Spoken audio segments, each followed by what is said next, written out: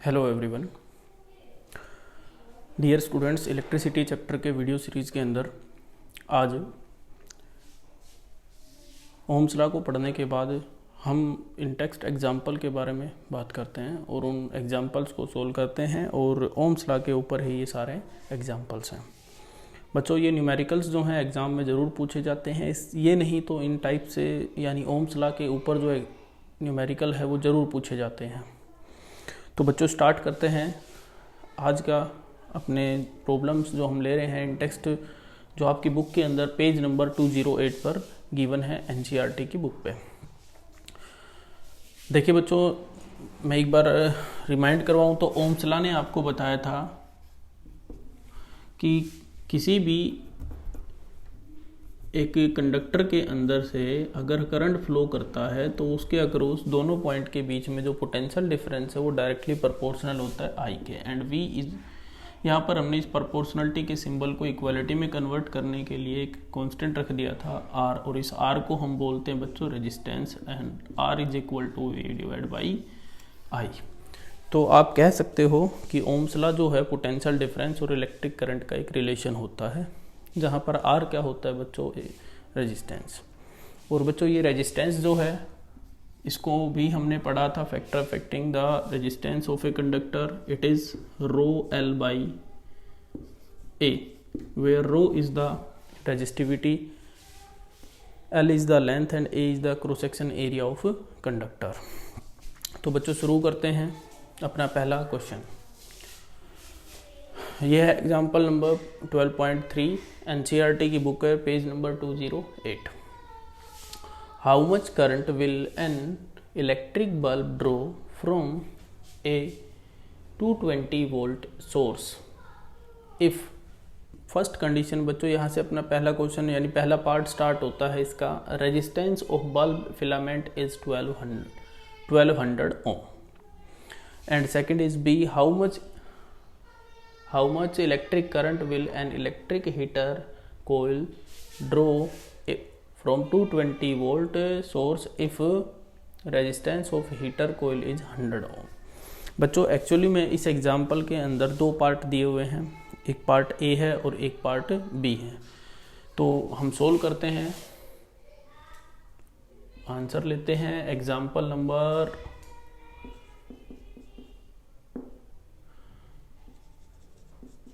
12.3, इसका आंसर देते हैं। आंसर में हम फर्स्ट पार्ट को कर रहे हैं। देखिए बच्चों, जो हमें गिवन है पहले पार्ट में, वो गिवन क्या है, how much current will an electric bulb draw. एक इलेक्ट्रिक बल्ब किसी सोर्स जिसका वोल्टेज गिवन है बच्चों 220, या you can say potential difference given है 220 वोल्ट, और बल्ब का रेजिस्टेंस कितना है 1200। तो बच्चों पहले पार्ट के अंदर जो हमें गिवन है वो गिवन क्या क्या वैल्यू है, पोटेंशियल डिफरेंस,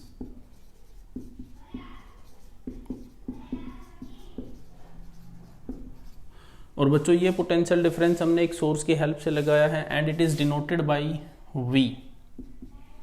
सो बच्चों it is given 220 volt and volt is the SI unit of a potential difference and it is denoted by V।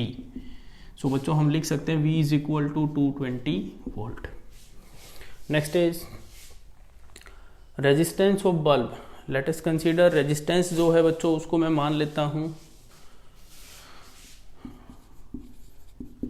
resistance of bulb, it is equal to R and it is given 1200 ohm and ohm is the SI unit of resistance। so students हमें calculate करना है कि इस bulb के अंदर कितना electric current flow करेगा। मैं अगर एक छोटा सा डायग्राम बना के दिखाऊं आपको, जिससे आपको ये बिल्कुल क्लियर हो जाएगा बच्चों। This is the symbol of bulb and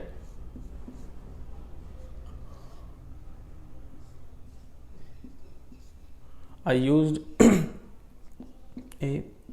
this is the current flowing through and it is the volt given, that is equal to voltage, or you can say potential difference of this battery, and R is the resistance. We have to calculate this I।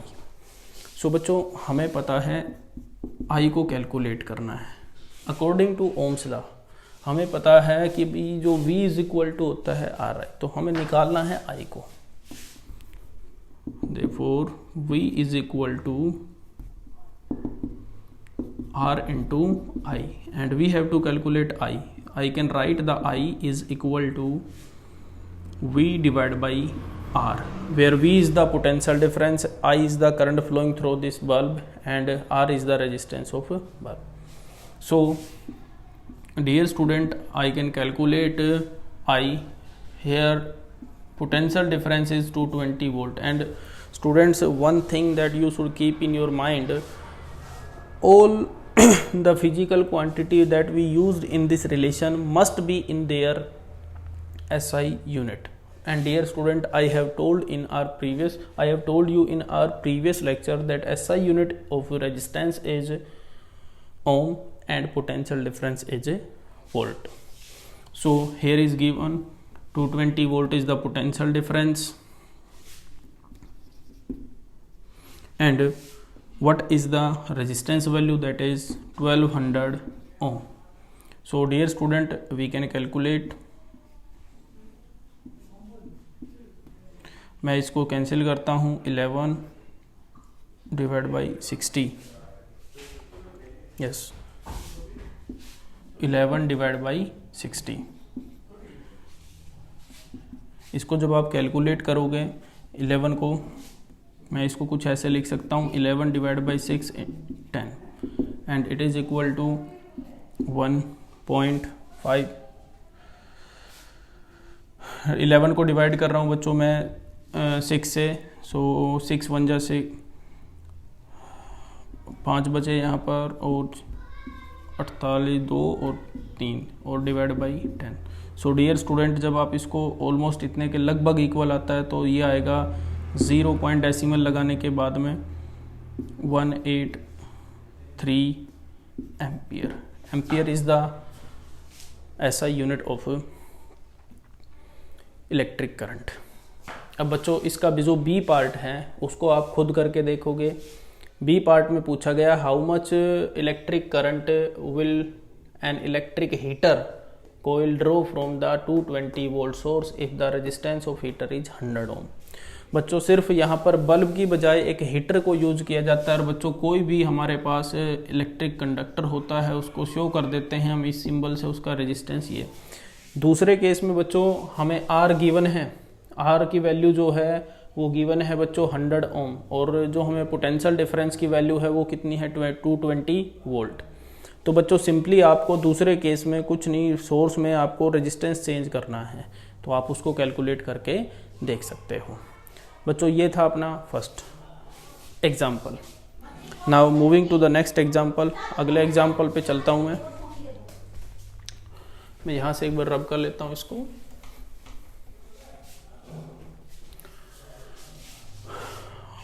Next है अपना बच्चों example, the potential difference between the terminals of an electric heater is 60 volt when it draws a current of 4 ampere from the source. What is the current will heater draws if the potential difference is increase to 120 volt.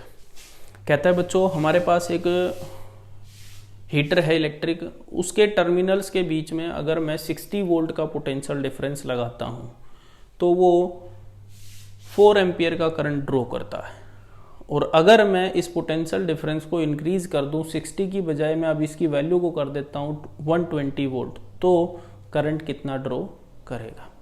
तो प्यारे बच्चों इसको समझने के लिए एक बार थोड़ा सा समझिए। हम पहले जो वैल्यू गिवन है उससे रेजिस्टेंस की वैल्यू यानी इलेक्ट्रिक हीटर के रेजिस्टेंस की वैल्यू को कैलकुलेट करेंगे। और बच्चों एक बात हमेशा याद रखना, जब भी आप इस तरीके के न्यूमेरिकल सोल्व करो, कभी भी किसी भी इलेक्ट्रिकल इक्विपमेंट का रेजिस्टेंस अगर हम अप्लाइड पोटेंशियल डिफरेंस को चेंज करते हैं तो उससे उसके ऊपर कोई भी फर्क नहीं पड़ता है। और ऐसा क्यों? क्योंकि मैंने अपने पिछले वीडियो में बताया था कि रेजिस्टेंस किसी भी कंडक्टर का जो है वो डिपेंड करता है लेंथ पर, एरिया ऑफ क्रॉस सेक्शन पर और नेचर ऑफ मटेरियल किसी भी गिवन टेम्परेचर के ऊपर। हाँ, अगर टेम्परेचर चेंज होगा तो रेजिस्टेंस भी चेंज होगा, तो वहाँ पर कहीं पर भी हमने पोटेंशियल डिफरेंस को नहीं पढ़ा। तो हम आंसर करते हैं बच्चों इसका फर्स्ट। बच्चों जो हमें कैलकुलेट करना है इसका केस ले लेता हूँ first. Case first, when applied potential difference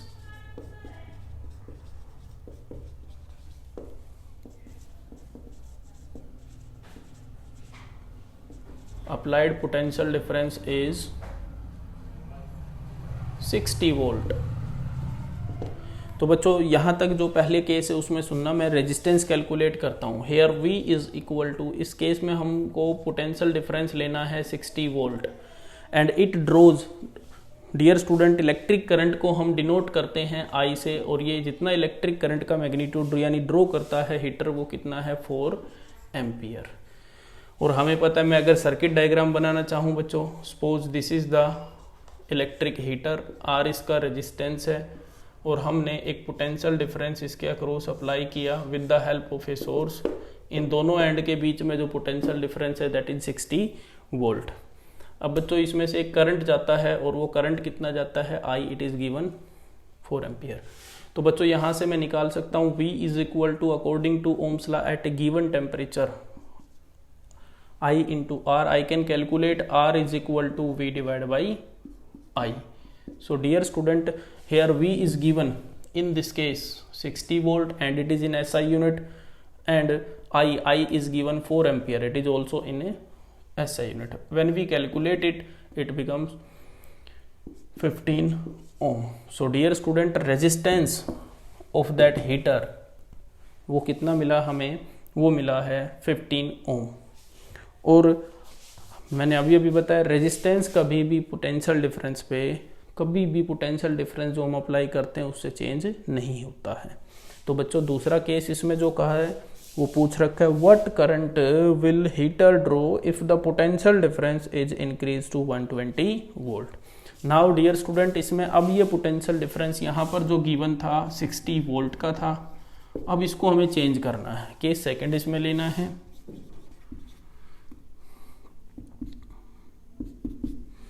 So dear student, now applied potential difference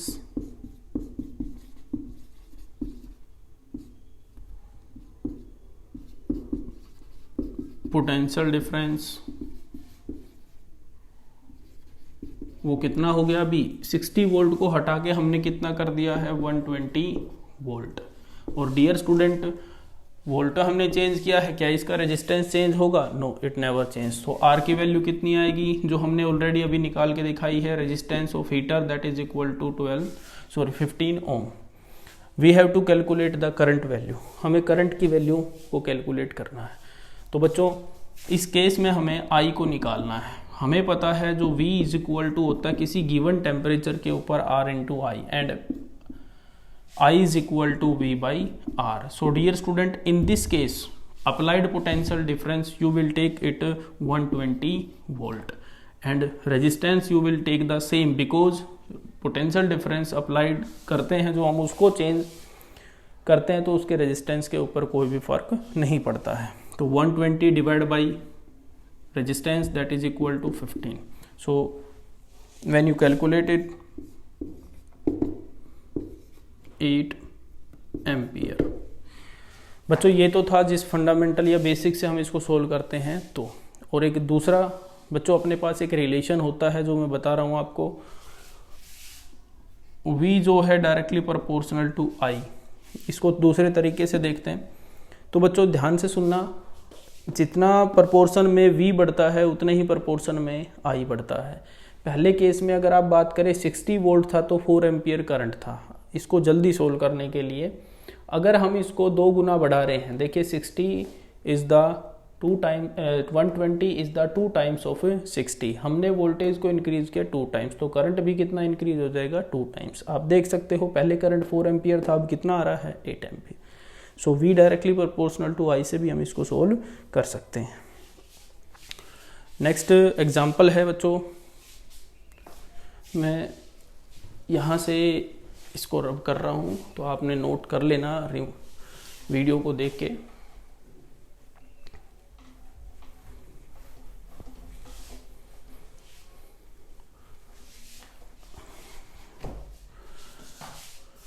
अपना नेक्स्ट क्वेश्चन है बच्चों, एग्जाम्पल यही है, ए 4 ohm resistance wire is doubled on it, calculate new resistance of wire. प्यारे बच्चों, इस क्वेश्चन की या इस एग्जाम्पल की स्टेटमेंट बिल्कुल छोटी है, लेकिन इसमें जो की वर्ड्स हैं जो आपको समझने हैं कि इसको सोल्व करने। Resistance wire is doubled on it, doubled on it means, अभी जो मैं बता रहा हूँ उसको ध्यान से सुनना। मान लो मेरे पास एक कंडक्टर है, उसकी लेंथ L है, उसका क्रॉस सेक्शन एरिया A है। तो बच्चों कहता है कि जब लेंथ को हम डबल ऑन इट का मतलब होता है लेंथ को हम सेम रखेंगे और इसी के ऊपर इसके क्रॉस सेक्शन एरिया को उसी मटेरियल को यूज करते हुए हम डबल बना देंगे। मींस इसकी भी लेंथ हमें क्या रखनी है, L ही, और डबल ऑन इट का मतलब बच्चों इसका एरिया ऑफ क्रॉस सेक्शन हमें क्या कर देना है, डबल। Is it clear? तो बच्चों जो चीज़ मैं आपको बता रहा हूँ उसको ध्यान से सुनो। एरिया ऑफ क्रॉस सेक्शन को हमें क्या कर देना है, दुगना। जितना था डबल ऑन इट का मतलब होता है बच्चों एरिया ऑफ क्रॉस सेक्शन को हमने दोगुना कर दिया। Is it clear? Now come to the points.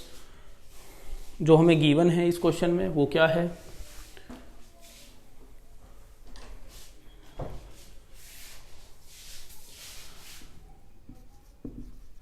ये एग्जाम्पल का आंसर है। गिवन जो है हमें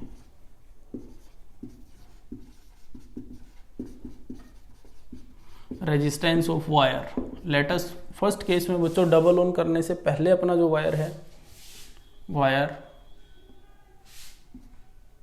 in initial condition, initial means जो पहले था। सो बच्चों ये गिवन है, इसको मैं अज्यूम कर लेता हूँ R and it is given that is equal to 4 ohm। So dear student, एक assumption let L is the length, इस वायर की जो यूज किया हमने इसकी लेंथ को मैं क्या मान लेता हूं, L is the length, A is the cross section area and rho is the resistivity of wire at a given temperature।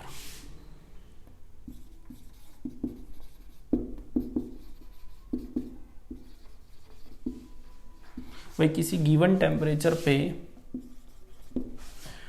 मैंने माना उस वायर जिसको मैंने ये लिया है, जिसका रेजिस्टेंस कितना है 4 ohm, उसका लेंथ है L, area of cross section A है, कैपिटल A से डिनोट किया, and rho is the resistivity of wire at constant किसी गिवन टेम्परेचर के ऊपर। So dear student, I can write this resistance, हमें पता है R is equal to rho L by A, because ये relation बच्चों हमने पढ़ा था प्रीवियस लेक्चर के अंदर कि जिन फैक्टर्स के ऊपर रेजिस्टेंस डिपेंड करता है, रेजिस्टिविटी, लेंथ और ए, इनका तीनों का रिलेशन, चारों का रिलेशन जो आता है R is equal to rho L by A. अब बच्चों इसको मैं इक्वेशन कंसीडर कर लेता हूँ फर्स्ट। अब डबल ऑन करने के बाद में बच्चों पहली कंडीशन तो गिवन थी यहाँ तक। अब बात करते हैं after double on,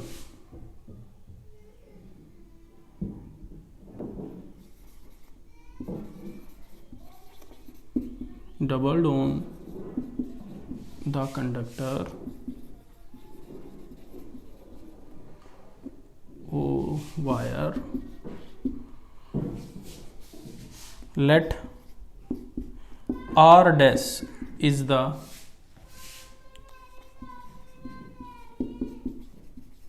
resistance of wire प्यारे बच्चों, डबल ऑन करने के बाद नया रेजिस्टेंस मैं मान लेता हूँ, you can denote it by R1। R1 से भी आप इसको डिनोट कर सकते हो, R' से भी, जिससे आपको कन्वीनियंट लगे उससे डिनोट कर सकते हो। तो मैं R1 से डिनोट कर लेता हूँ।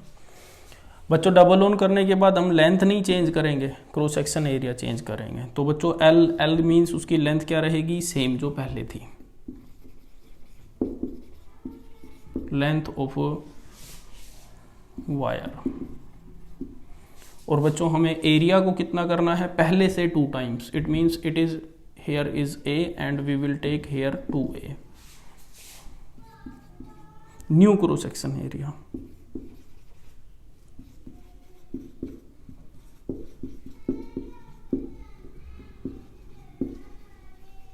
सो डियर स्टूडेंट, वही रिलेशन है। देखिए बच्चों, ध्यान से सुनना मैं जो भी बोल रहा हूँ, इन दोनों केसेस के अंदर टेम्परेचर और फिजिकल कंडीशन सेम है। तो याद रखना, कभी भी जब आप मटेरियल चेंज नहीं करते हो, मटेरियल चेंज का मतलब अगर आपने एक वायर लिया है और वो एल्यूमिनियम से बना है किसी गिवन टेम्परेचर, उसके साइज को आप चेंज करते हो, यानी लेंथ इंक्रीज करो, क्रॉस सेक्शन एरिया इंक्रीज करो, तो उसकी रेजिस्टिविटी कभी भी चेंज नहीं होती है। तो इस केस में बच्चों हम रेजिस्टिविटी वही सेम लेंगे, क्योंकि दोनों को हमने किस पे लिया है, सेम टेम्परेचर पर। तो न्यू रेजिस्टेंस किसके बराबर हो जाएगा बच्चों, अपना R1 is equal to rho is the resistivity, we will take it same.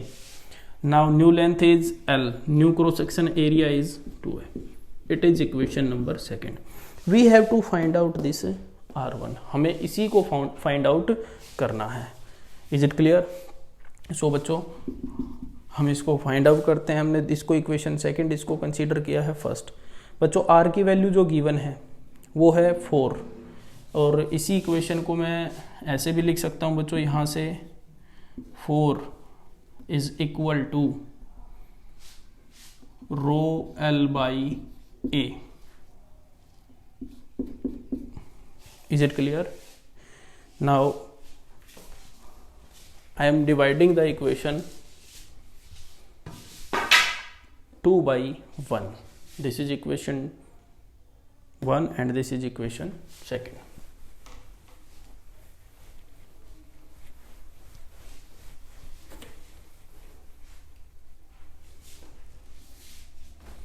On dividing,